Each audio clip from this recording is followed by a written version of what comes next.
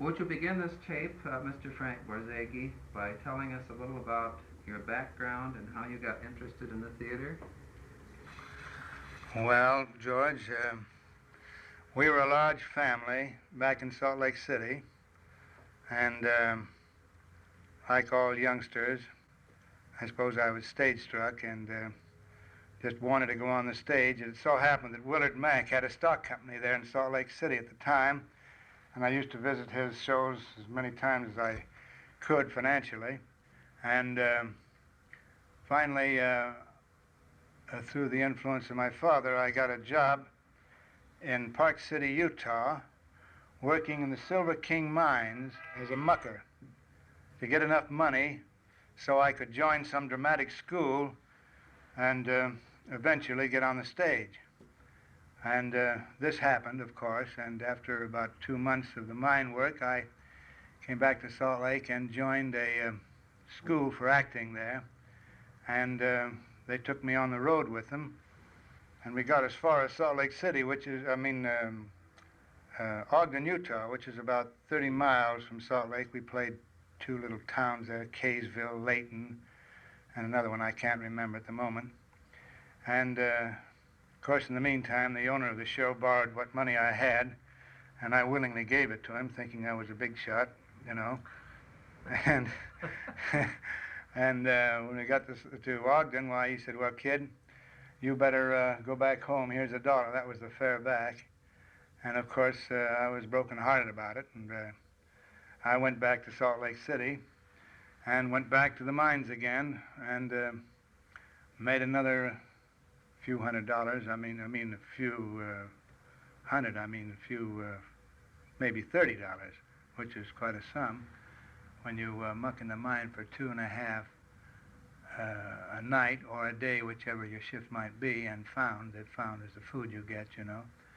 And then I went back and went with another show, went as far as Laramie, Wyoming, and went stranded there again, and worked in a road camp after that as an assistant to a Chinese cook. Well, I made $30 more there and went as far as Denver, and finally got a job in a hotel apartment building as working in the kitchen as a cook's helper, and did the work around the garden there. Finally got on to Gilmore Brown, who was living at the Brown Palace Hotel, and there was an ad in the paper. They wanted a nice-appearing young man with some sort of background in the theater world. So I went up to see him without the appointment, and he said, "Have you any wardrobe?" I said, "Well, you're looking at it." And so he said, "Well, where can I call you?" I gave him my number where I was working, and they called me, and I left and went with them to Florence, Colorado, where we rehearsed a lot of Shakespearean plays and modern plays and everything for the repertoire, and we finally went on the road with it, toured all through Kansas and down through Texas and Colorado and all around. And then I went with him for 2 seasons, and finally went to, we did Hamlet with 5 people, working our way back to Los Angeles. We got as far as Phoenix, Arizona, and we closed the show there, and I went to Los Angeles, and then liked the climate naturally, like everybody. I liked the movies, chance to get into this field. I worked extra at Universal on Gower Street before they moved out where they are now, and I did bits and juveniles, and finally went out to see Thomas H. Ince out at the ocean site there on, I think it's now Sunset Boulevard, where it hits the ocean, and applied for a job as a character man, because I had done utilities on the stage and all that. And he said, well, he says, I'll start you off at, I think he said $20 a week. I'm pretty sure that was the sum. And you're a leading man. I said, well, I've never been a leading man. I've always been a played a few juveniles, but mostly characters. Well, he says, you're a leading man for me. And, of course, that flattered me very much. And I found out later the reason I became his leading man is because we looked alike, which amused me very much. However, I thought I made pretty good. I did all right as a leading man there. And then later I went on to Santa Barbara and did some 2 reels on the Beauty brand, I think, the American Film Company. And naturally didn't like that because everything was so overdone, so unnecessary, I thought, and I tried to get out of my deal, and they said, well, we'll get you another director. Evidently, I stood pretty good on the program as an actor, but I just couldn't stand the type of stories I was doing and the type of acting I had to portray because everything was so exaggerated. They finally said, well, who do you want? I said, well, Mr. Ince told me that someday he wanted me to direct for him. And why not let me try to direct myself? He said, well, I don't know what kind of stories would you do? I said, it doesn't make any difference. Well, he said, tell you, we have some horses here. I said, what do you mean horses? Well, we have, say, a couple of dozen horses we're just feeding. How about making some Western pictures? Well, he said, can you ride? I said, sure, I can ride. I'm athletic. I can do about anything I want to do. Of course, he didn't know that the only horse I ever rode was back home. We had one horse, and we used to ride him bareback to feed to the water trough and had no saddle or bridle, just slap him to the water trough. But anyway, I had the chick Morrison and Carl Morrison boys, who were great cowboys. And I told them of my situation and put myself in their hands, and of course they taught me to bulldog steers and rope and everything. I became pretty fair. I mean, fair enough to get by on. And then I started directing and starring in 2-reel westerns, and then finally did a 5-reel western. Did you cut your own films at this time, Frank? Oh, yes. You know, the funniest thing happened, or not funny, it wasn't funny to me then, but you know, I shot about 5,000 or 6,000 feet on my first 2-reeler, and I had to get it down to length. I had to get it down to 2,000 feet. So I hadn't covered myself with close-ups or angle shots, so I had an awful hard time getting this thing down to 2 reels. Well, that really gave me a great lesson. It's the best lesson that's ever happened to me in my life. Since then, of course, I cover myself in every way. I mean, when I make a film now, or ever since then, I protect myself from almost every angle. So, as a matter of fact, I edit the thing as I shoot it. But in those days, you were working with, right from the negative, weren't you, and with cotton gloves? Oh, yes. We, as a matter of fact, we never did see the print, and it came back till it came back from Chicago. Spoor's outfit there did the printing, and we saw it for the first time in the theater. And you asked me about cutting my film? Yes. Well, naturally, we had to get in the projection room there and cut with these cotton gloves, and it was a pretty tough assignment for a youngster of my age and my lack of experience behind the camera. Tell us a little bit more about making films at that time, Frank. Did you go out on location much? Oh, yes. We, for instance, if we had a cast of maybe 2 or 4 people, that would require one automobile, another automobile for the camera and the reflectors, and 2 cars would do the whole thing, and we'd go out on location, and that is about how it happened. And now, of course, that same amount of people and equipment would look like the Ringling Brothers Circus going on location. Did you have to work over the scenes very much, or do they usually go pretty quickly? Just what do you mean by that, George? Take one take, or... Oh, as a rule, one take, because it was silent, and any noises from the outside didn't interfere at all, and if they didn't get their lines right, most people wouldn't know the difference anyway. We just ad-libbed it from the side, and we talked to the people from the back of the camera all the time. Yes. We'd tell them to move this way or that way, or tell them when to speak. It was It was a case of almost a coach telling the players what to do. Mm-hmm. How about your scripts? Did you write any of those or collaborate on those at that time, Frank? Well, yes, I collaborated on most every script. I mean, even the finished script that was given me, I mean, I would get with the author and consult with him and put in little ideas that I had here and there, and whether he agreed or not, I mean, this thing was very healthy. Mm-hmm. Now, after this period of production in here, you went eventually to Triangle, didn't you? Yeah. Tell us a little about that, how the stages were and what the general setup was. Well, the Triangle studio was a little bit of an improvement over the American Film Company because they had a little more activity there. Mm-hmm. But they still had the glass stages and a little more equipment as far as lighting was concerned, bigger prop department and so forth. During this Triangle period, you made a film with Olive Thomas called Toton, and I think that you rather had the feeling that this was the beginning of the Borzage style. This is one of the first films that you've made that you came close to being satisfied with, wouldn't you say?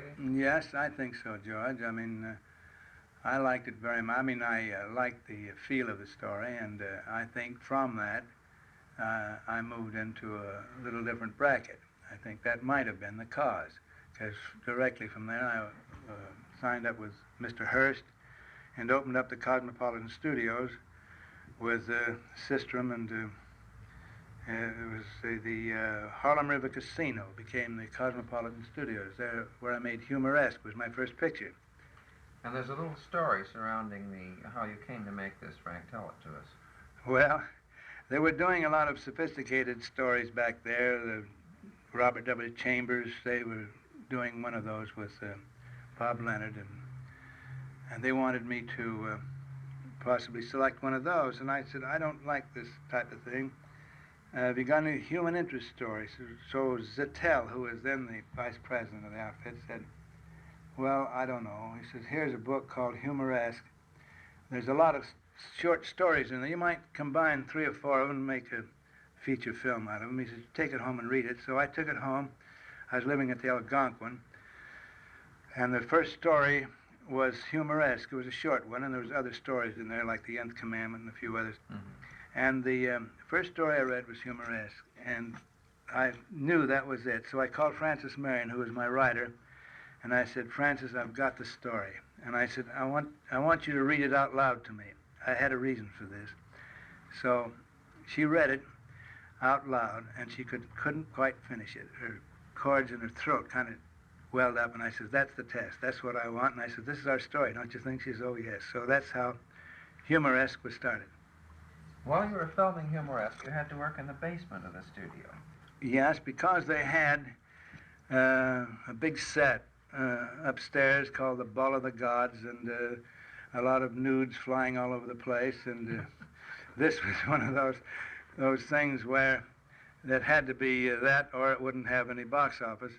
And here I have this ghetto story, and my set was had low ceiling anyway, so I was satisfied to move down in the basement. But every time I'd get worked up into a scene, why, the lights would go on. The lights would go off, as a matter of fact. I had my lights on, and they'd push in the juice upstairs, and all my lights would go off, so I have to wait till I get through with these angels or whatever they had flying all over the air there. So that's about the situation there. Then when you were making Get Rich Quick Wallingford in 1921, I think you worked under unusual conditions in regard to your script. Hold on. Well, Luther Reed and myself tried to get a script out of this. He had written the script, and it didn't quite gel, and we were going to rewrite it, and they said, look, you've got a shooting date on this, get with it. So I told Luther Reed, I said, let's start shooting, and let's shoot the stage play. And that's literally what we did. We shot the stage play, of course, with a little embellishment of the screenplay that we had, but we used mostly the stage play on this. Mm-hmm. Now, I believe when you did the Triangle productions, let me see, those were done in California, weren't they? And then when you went to Cosmopolitan, you went back to New York. That's right. Then you began some more location work when you did The Pride of Palomar, that took you where? And that took me to back here to California. Yes, and Long Beach and down towards San Diego. And I think The Valley of Silent Men sounds like a very interesting picture. And again, you went on location for that, I believe. Well, that was quite a tour. We started this picture in Banff, Canada, and then we went over to Lake Louise when it was out of season. We lived in the servant quarters in the hotel because it was closed, and we'd have to go to the glacier across the lake, which was about 2-3 miles up early in the morning before it would thaw, and worked in the glacier there, and then we'd come back after sundown so we get through the lake again. And then after that we went to Temiskaming, Canada, the eastern part, and the last scene in the picture was a situation where this barge was supposed to go over the waterfall, and it got caught on a little rock, it seemed, on the other side of the river. The river was about 125 feet wide, I would say, and it looked about 20 feet from the other side of the shore. And the two big Canadians and my prop man, who was a wonderful athlete and had been in the Navy, had only been married about a month, was anxious to get home, and he insisted he could do it, so he went over with these two Canadians, and they threw a rope on this thing, and he tied a rope around him, and hand over hand he tried to get to this barge, and the water was so swift we couldn't see it from where we were, that it pulled him down, and they tried to pull him ashore, and they had given him a little rope, and it caught underneath some kind of a rock underneath, and they tried to pull him out, and he snagged. And of course that was it, and about an hour later they got him out, and that was the end of that. That was a tragic finish for that picture, but that was the last scene of the thing. I left and had the second unit finish it. I think probably ever since then, Frank, you've had a kind of a peculiar feeling about working on location. And I believe you told me that when you came much later to a film called The Spanish Main, you achieved all those wonderfully realistic effects right in the studio, did you not? That's right. We had these terrific Spanish ships. I mean, huge things that were supposed to be out in the mid-ocean, shooting at one another. And we never left the studio. We built the whole thing in the studio, and naturally your special effects men, who are the unsung heroes of the industry, I think, they did the rest. And when you saw this thing on the screen, you swear that you were out on the high ocean.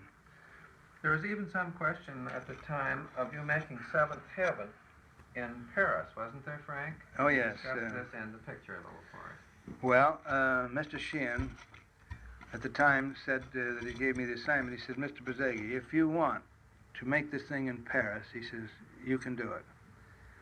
I personally don't think you should, but he says, I want you to go to Paris, look it over, and if you still feel that you can do it there and can do it to your satisfaction, I want you to do it. Well, I went to Paris. I looked it over and certainly agreed with him. I came back and did the whole thing in Los Angeles. And you were working with two young new actors, Janet Gaynor and Charles Farrell, who later became stars as a result of this assignment. Can you tell us a little about the casting of them and the tests that went on and so forth, Frank? Well, we had tested and looked for the girl, the Dion character that Janet Gaynor finally played, and we kept searching, and Mr. Sheehan finally said, well, I don't know that you know her, whether you know it or not, Frank, but I think your girl is right on the lot.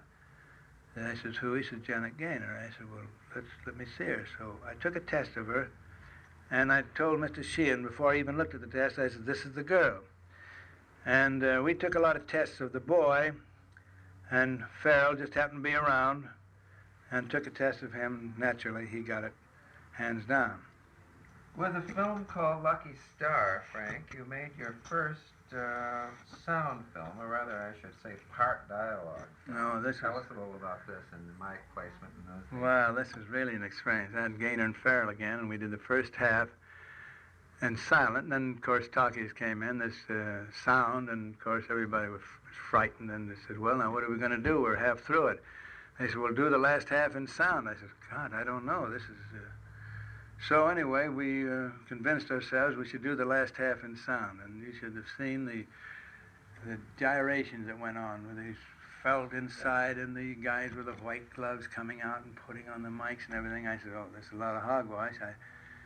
I said, they had one fellow who was going to give Gaynor diction and so forth, and I said, what is this? And finally she was trying to, I finally asked, I said, you're a nice guy, but you've been a stage director, so have I, and I was a kid, but I said, you just move over on the side with you. You're not going to destroy the nationalness of these kids. So we finished the picture like that. See, that was really quite an experience, that half and half job.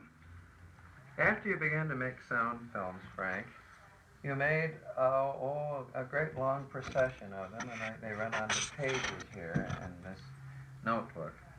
And there are these titles are among the really golden names in the history of filmmaking.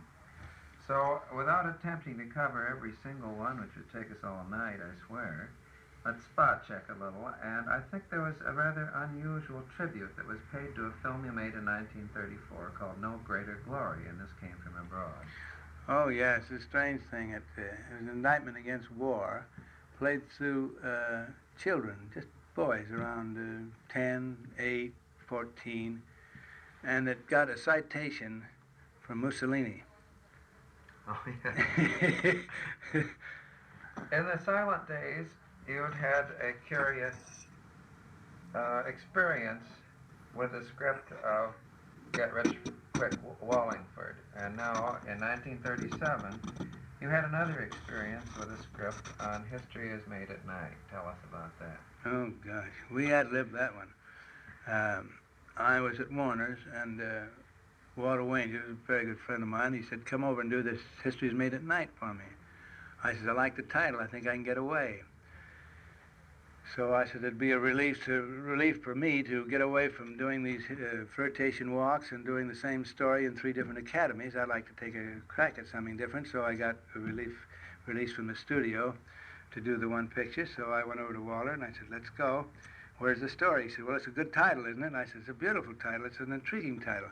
Where's the story? He said, we've got 2 pages. I said, well, when are you going to shoot? He said, we're going to shoot in about 4 weeks.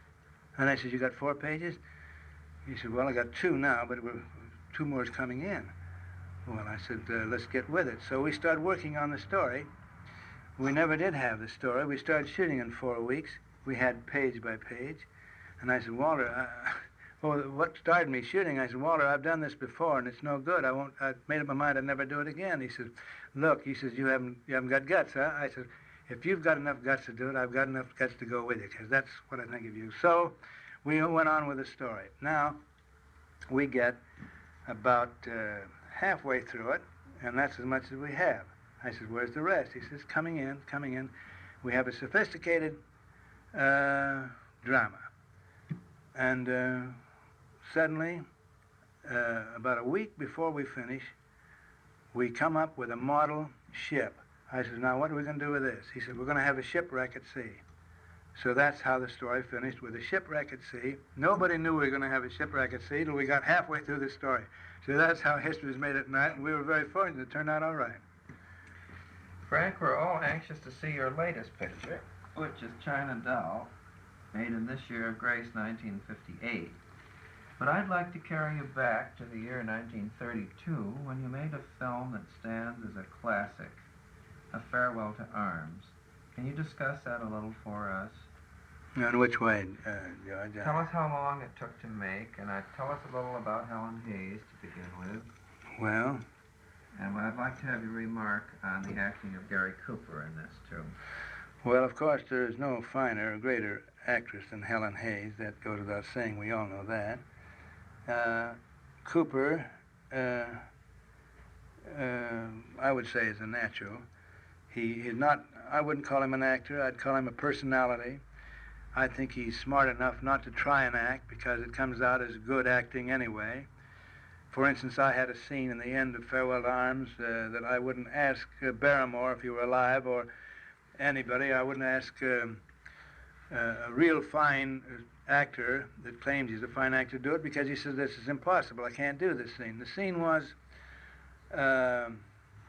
after he rose up the Como Lakes to his wife who has just had this baby and the baby's dead and she's about to die and the doctor tells him to go down and have a cup of coffee and come back later. Well, he's pretty well torn from every angle. And he goes to the coffee shop, and there's a lot of people in there drinking coffee and everything, but he doesn't see anybody. He's alone, he thinks, and he starts dunking his brioche in his coffee. And while he's doing it, he sort of has a scene where he kind of prays to himself, prays to God to not let... You took the kid. He forgives God for taking the kid, but don't let his wife die. Don't let her die. And as he does it, he kind of raises his voice and he realizes that he's in with a lot of other people there, and he gets embarrassed and leaves. Now, I asked Gary. I said, "Now, Gary, what do you think?" He said, "Oh, this scene, I don't know how to play this. This is impossible." I said, "Gary, this isn't impossible at all. This is the easiest scene in the script. Of course, I'm lying in my teeth. I couldn't lie more than this, but I said, Gary, I said, there's nothing to this scene. All you have to do is just think.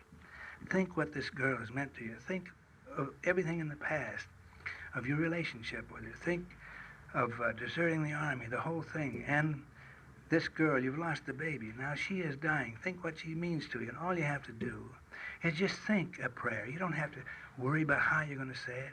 You're just saying, just thinking, asking God to give you a little hand, and forgive him for this kid, that's all right, but for God's sake, don't let this girl die. And as you do it, I said, do it just that way. And I said, I think enough of the scene now, let's take it.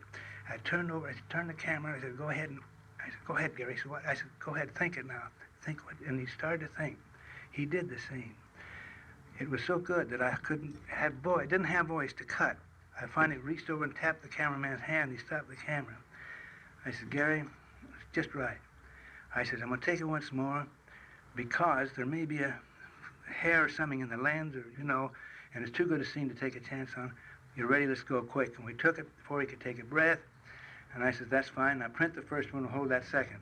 And that was the scene. And when we previewed the picture, Leslie Howard was sitting with me. And he said, that was Helen Hayes' picture to that scene. He said, that's the greatest scene I've ever seen. And he said, I could never play that. Many of us felt that your name was absent from the screen for too long, Frank. But you hadn't really retired, had you? No, not really. But there was quite a spell there where all it seemed that the industry wanted were the psychological dramas and the gangster pictures that I don't really like and don't believe in. So I would turn down one script after another and finally started playing golf. And you know how time flies when you play golf. It just goes from day to day, week to week, and first thing you know, it was 6 years, 7 years. And I said, what am I doing here? I had a story called China Doll, and I figured I'd better get on the board. So I finally got that lined up and just finished it. It'll be released in May. It's a good human story. It's a love story. It has a tragic finish, but the audience liked it when I previewed it. I personally like it, and I hope it goes, and maybe a lot of them won't, but I think it's my kind of picture. It's got warmth. It's got a very nice love story, and well, that's about it. When you say my kind of picture, Frank, you remind us that the Borzage pictures through the years have all belonged to a great, warm-hearted and generous family. They resemble each other in that respect.